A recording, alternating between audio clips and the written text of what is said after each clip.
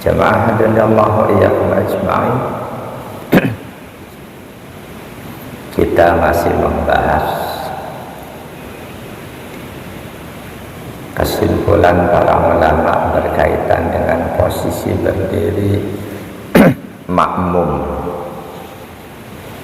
di belakang imamnya.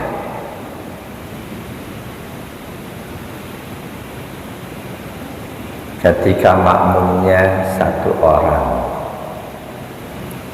di mana posisinya dia berdiri. Wa sunnatul wahidi indal jumhuri ayyakifa an yaminil imam. Ternyata posisi makmum seorang tidak disepakati oleh seluruh ulama. Yang ada pendapat mayoritas ulama dan pendapat sebagian ulama yang lain. Wa sunnatul wahid indal jumhur, dalam pandangan mayoritas ulama, makmum satu orang sunnahnya ayyakifa an yaminil imam, berdiri di sebelah kanan imam. Di sebelah kanan imam cuma mundur dikit.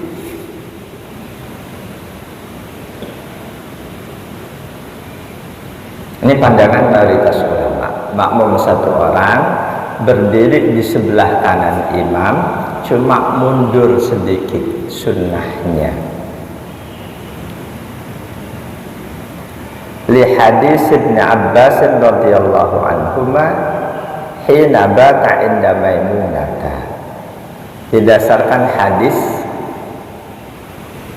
dari sahabat Abdullah bin Abbas ketika beliau menginap di rumah bibi beliau yang istri Rasul, Maimunah radhiyallahu anha. Jadi pernah sahabat Abdullah bin Abbas menginap di rumah bibi beliau. Hadisnya sahih Bukhari Muslim. Lengkap hadisnya An Ibn Abbas radhiyallahu anhuma qala, dari sahabat Abdullah bin Abbas radhiyallahu anhuma, beliau berkata, bittu fi baiti khalati Maimunata. Aku pernah bermalam di rumah bibiku Maimunah.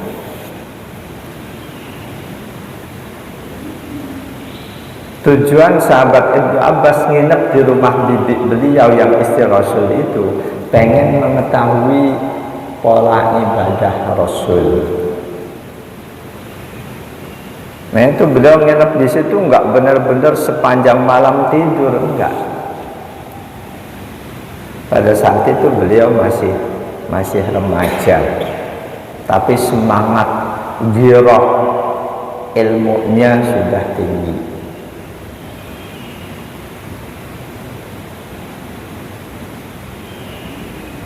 Kata beliau, fasalla Rasulullah sallallahu alaihi wasallam al-isya'a. Malam Rasul salat isya. Salat isya di masjid. Summa ja'a, lalu Rasul datang ke rumah Maimunah radhiyallahu anha. Selesai isya di masjid, pulang ke rumah. Saat itu jadwalnya Maimunah radhiyallahu anha. Sampai rumah, kata Ibnu Abbas, fa shalla 4 raka'atin. Rasul kerjain salat 4 rakaat.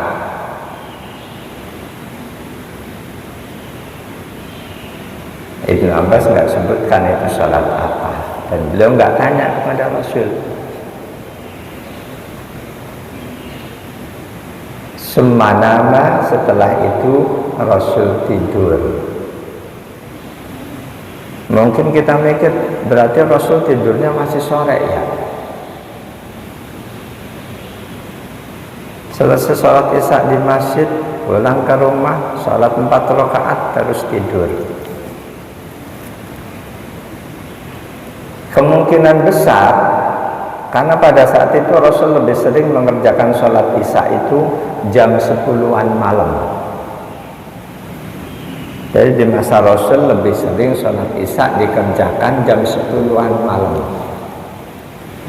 Adzan isyanya tetap pada waktunya.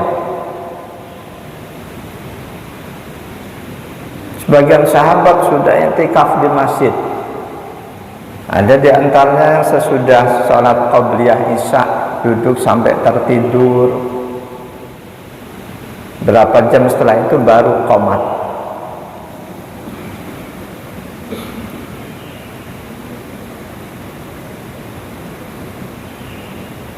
Rasul tidur, summa qomat, lalu malamnya Rasul bangun. Ini semua ini diawasi, diperhatikan oleh Abdullah bin Abbas radhiyallahu anhu. Ketika malamnya Rasul bangun, Rasul sholat malam, faqumtu an yasari, aku langsung makmum, aku berdiri di sebelah kiri beliau.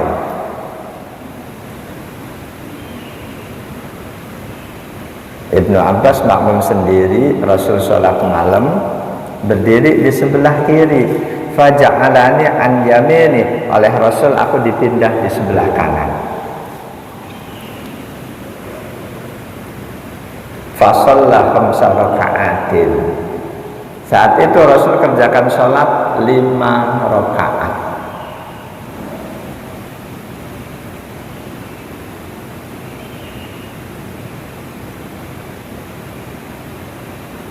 Besar kemungkinan sholatnya langsung witir 5 rakaat. Selesai witir, summa sholat rakaataini, Rasul sholat lagi 2 rakaat. Yang ini kemungkinan sholat sunnah fajar atau qabliyah subuh. Semanama hatta sami'tu ghaditahu. Setelah selesai 2 rakaat yang ini qabliyah subuh, Rasul berbaring tidur sampai aku dengar suara ngorok beliau, kata Ibnu Abbas. Jadi antara adzan subuh dengan qomat subuh itu ada jeda yang cukup.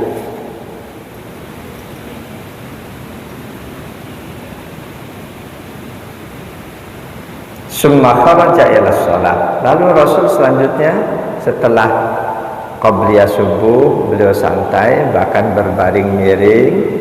Kata Ibnu Abbas, aku dengar suara ngorok beliau.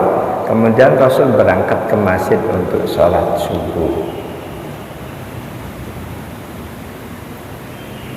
Ini di hadis ini Ibnu Abbas makmum kepada Rasul, berdiri di sebelah kiri, terus oleh Rasul dipindah ke sebelah kanan.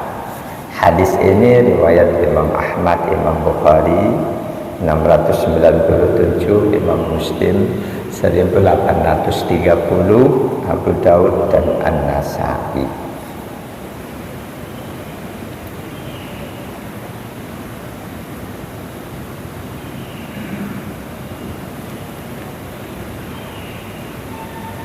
Dalam hadis ini terkandung beberapa pelajaran fikih.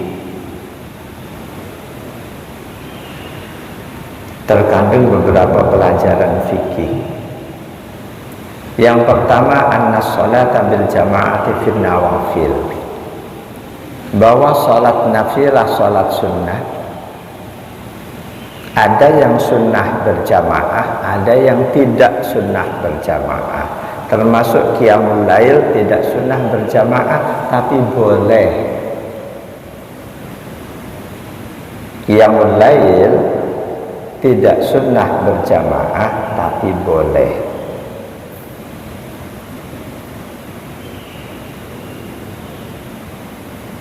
Pelajaran fikih yang kedua, annal isnaini jama'atun.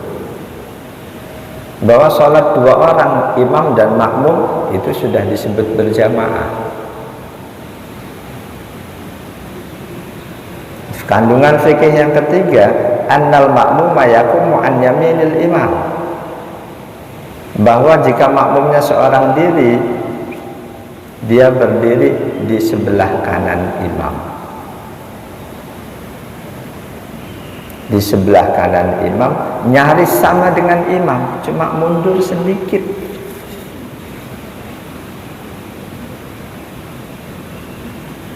Kandungan fikih yang keempat, jawazul amalil yasiri fi shalah. Gerakan di luar sholat, selama gerakan itu terbatas sedikit boleh. Rasul bergerak memindahkan sahabat Ibnu Abbas dari kiri ke kanan.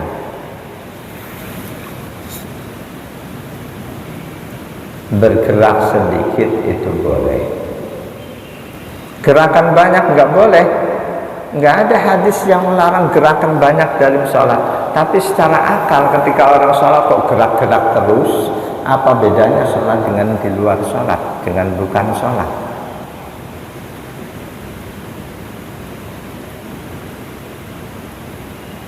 Ada hadis tapi derajatnya paling tinggi hasan. Ketika Rasul melihat seorang sahabat salah sholat, mau sujud, ada kotoran di tempat sujudnya, dia bersihkan sambil gerakan sujud. Rasul langsung sampaikan, kalau toh kamu membersihkan tempat sujud, bersihkan dalam satu gerakan. Tapi derajat hadisnya paling tinggi hasan. Ini kalau sering kita jumpai orang sholat meletakkan sajadah di bawah, ketika selanjutnya kok posisi sajadah nggak pas, dia tarik geser kanan kiri, itu kurang elok, kurang indah. Memang kalau sajadahnya nggak pas terus harus dipasin, berarti nambah gerakan yang tidak perlu. Atau pakai sorban mau jatuh dibenerin, padahal dalam posisi sholat, itu kurang indah, meskipun tidak sampai membatalkan sholat.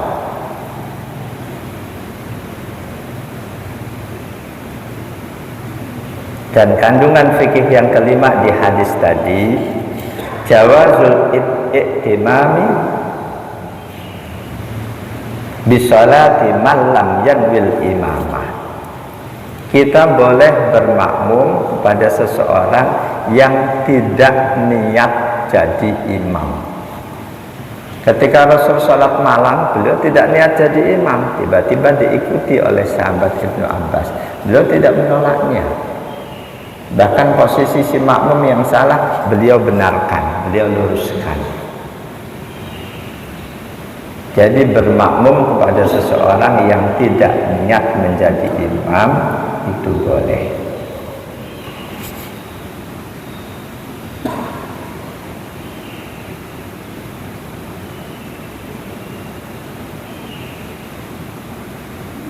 Jadi di hadis ini jelas, makmum seorang diri posisinya di sebelah kanan imam. Ini sunnahnya. Di sebelah kanan nyaris sama dengan si imam, cuma mundur sedikit.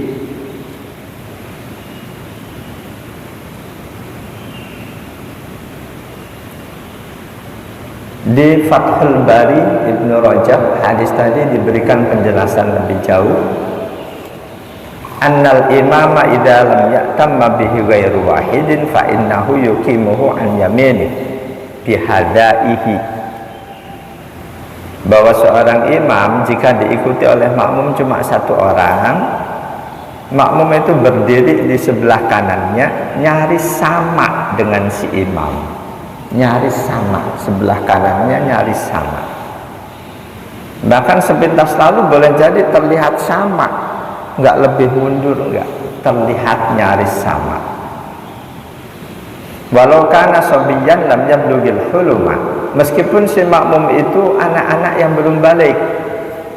Ibnu Abbas tadi. Kata Ibnu Rajab, wa hadza kal ijma'i min ahlil ilmi. Ini seolah-olah ijma', seluruh ulama ahli ilmu seolah-olah sepakat seperti itulah ketika makmum seorang diri.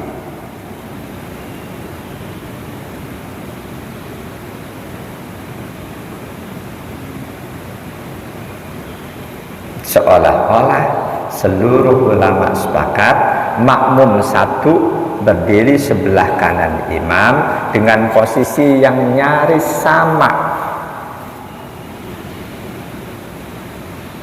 Bahkan Imam At-Tirmidzi meriwayatkan dalam Jami'us Shahihnya, beliau meriwayatkan dari gurunya an ahlil ilmi min ashabin nabi. Qalu, kata ahlul ilmi dari kalangan sahabat dan selanjutnya, idza kana ar-rajulu ma'ar-rajuli yaqumu an yaminil imam. Ketika makmumnya laki-laki, imamnya laki-laki, si makmum berdiri di sebelah kanan imam. Nyaris ulama sepakat makmum seorang diri berdiri di sebelah kanan imam. Itu yang disuarakan oleh Umar bin Al-Khattab, Abdullah bin Umar, Jabir bin Abdullah, Zaid, Urwah, Malik, Sufyan Al-Auza'i, termasuk Imam Asy-Syafi'i.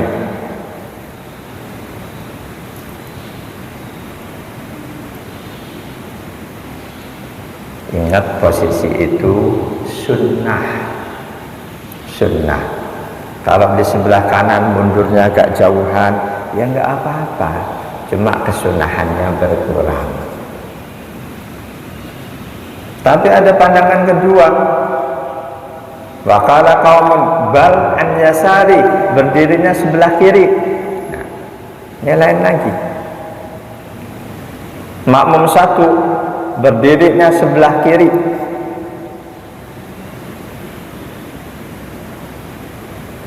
Kok ada pandangan yang berbeda? Apa dia punya dalil ini yang berpandangan makmum satu sebelah kiri? Masih di kitab Fathul Bari. Waqad ruwiya fi hadis Ibnu Abbas anna Nabiy sallallahu alaihi wasallam aqamahu an yasarihi. Wa ruwiya annahu qama khalfahu wa kilahuma la yasihu. Ada hadis, tapi ternyata kedua hadis ini yang dijadikan sebagai dalil oleh yang berpendapat makmum satu berdiri di sebelah kiri, kedua hadis itu la yasihu, tidak sahih. Dari sahabat Ibnu Abbas juga hadis ini katanya si makmum itu berdiri ditempatkan oleh Rasul di sebelah kiri, bahkan di belakangnya. Tapi hadis ini enggak sahih. Karena itu pandangan bahwa makmum satu orang berdiri sebelah kiri itu tidak benar. Nah, itu yang tadi seolah-olah seluruh ulama sepakat makmum satu posisinya di sebelah kanan imam, nyaris sejajar, nyaris sama. Nah, yang sering salah tuh, salah prakteknya ketika selanjutnya datang makmum kedua. Itu yang sering prakteknya salah. Ketika datang makmum satu lagi, makmum yang duluan satu orang jangan langsung mundur. Pastikan dulu makmum yang baru datang ini sudah jadi makmum. Boleh jadi dikiranya ini mau makmum nih, padahal dia datang ke situ untuk ngambil dompetnya yang ketinggalan. Begitu yang satu udah mundur, dia nggak cuma ngambil dompet, dia langsung pergi. Gimana? Jadi pastikan yang satu baru datang itu sudah jadi makmum, sudah takbiratul ihram, baru kedua-duanya mundur sambil merapat.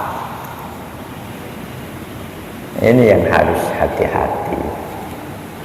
Nah, kalau kayak kasus itu ternyata dia udah ketinggalan, kunci motornya ketinggalan, dikiranya makmum datang, udah kadung mundur, ternyata dia pergi, mau maju lagi.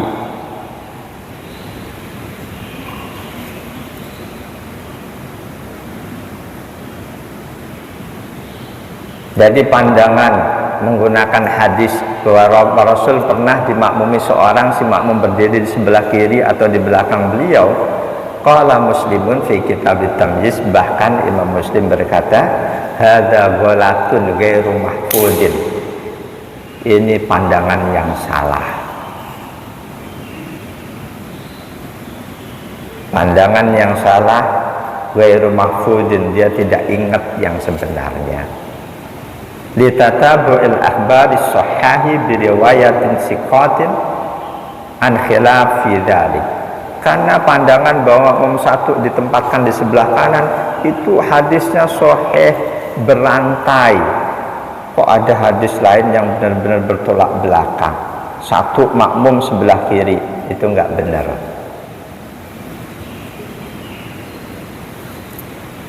Jamaah dan Allah yakum ajma'in. Jika makmum satu itu wanita, kita sholat malam di rumah, istri kita tahu-tahu ikut, di mana posisinya? Wala khilafa fi annal mar'atal wahidata tusalli khalfal imam, ini enggak ada khilaf. Yang tadi pun bisa disimpulkan makmum satu laki-laki sebelah kanan, nyaris sama, itu enggak ada khilaf, kecuali karena pandangan yang salah informasi dalil. Makmum satu wanita posisinya di mana? Di belakang imam, bukan sebelah kanan, di belakang imam. Ini enggak ada khilaf, enggak ada perbedaan pendapat. Wa annaha in kanat ma'ar rajuli, jika makmumnya dua, satu laki satu wanita, makmum lakinya ila janibil imam, sebelah kanan imam, wal mar'atu khalfahu, wanita di belakang imam.